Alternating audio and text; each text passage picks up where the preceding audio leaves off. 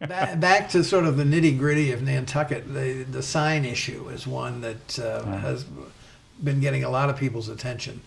I understand the White Elephant put up some signs, or the Nantucket project. Yeah. I didn't see them. But, and the thing that gets me about that is, it's not as if, now some of these places it's like, well, people can't find us. Mm-hmm.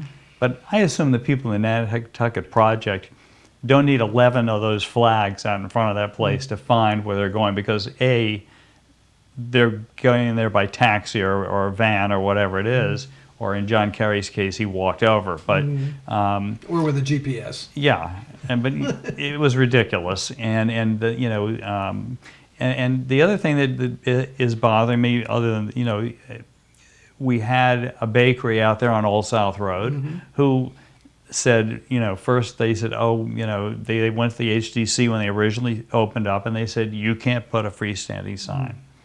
But they did give them an option. Put in a split rail fence, you can put a sign on that, which they said was too expensive. Well, you have a choice, so. But then they put one of those damn flags up, which, and then when they were called on it, they said, we didn't know. Well, of course they knew, because they were told they couldn't do that. But so they take the flag down, and now they have a sandwich board up there. I mean, this is just, saying screw you to the town, basically. That's the nicest way I can put it. And I'm seeing some other, now I'm really becoming aware of all these signs, and it's just ridiculous. And why the people on the HDC, if they really want to make themselves popular, start handing out these summonses to people, or, go warn them. It wouldn't take, one person could do it in a day, could hit, 50 different places, and at least say, hey, you're on notice, and if you're not, let's say give them 14 days or whatever it is, and then start handing out summonses and fining them. I just think it's ridiculous, and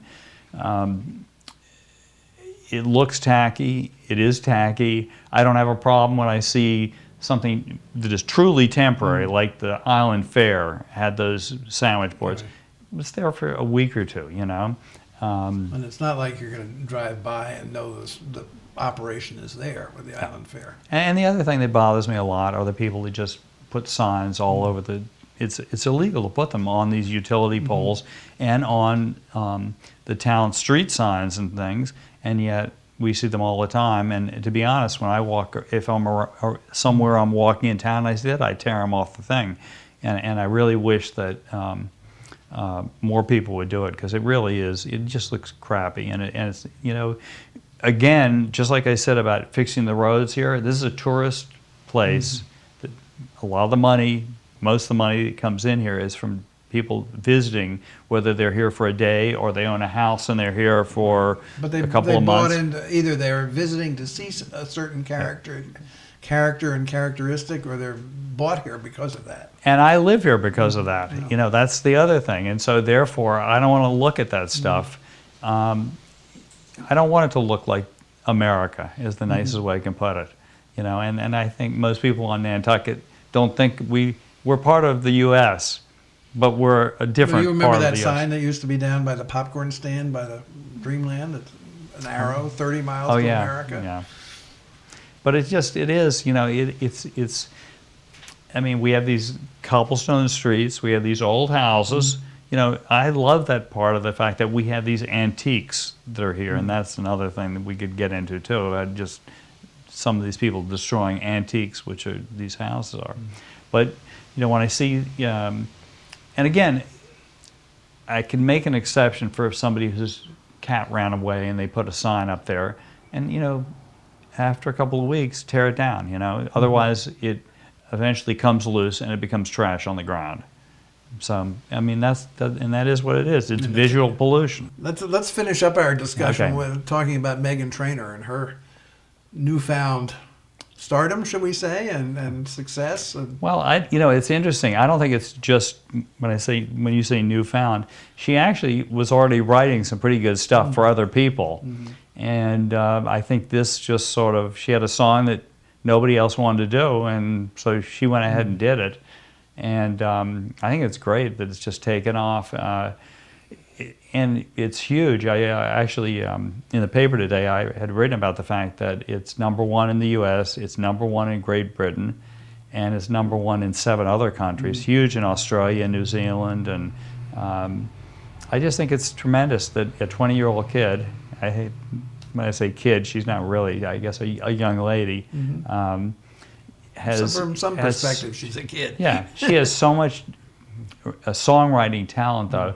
I've really gotten into the whole thing, even though it's not my kind of music particularly, although I like, anytime you can write a good pop song that's, you know, about 3 minutes long and it gets into your head, you can't get it out of there. You know, she's had 2 other albums she put out by herself, and they're all, it's the same kind of stuff.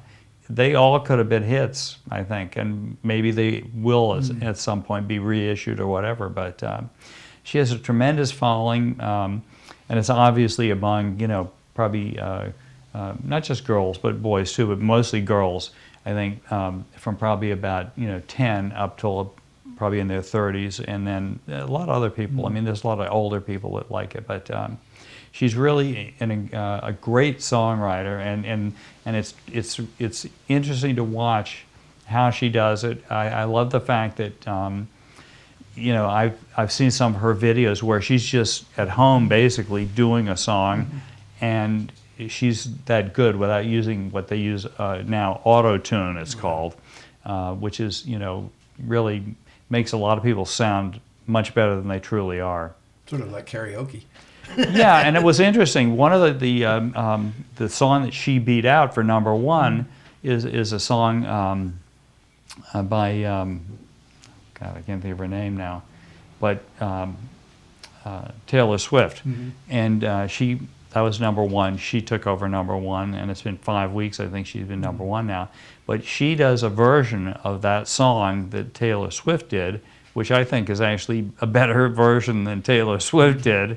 And she's doing it just in a studio somewhere with a ukulele. David Goodman, thank you for your insights as always. Appreciate it. Thanks, Dan.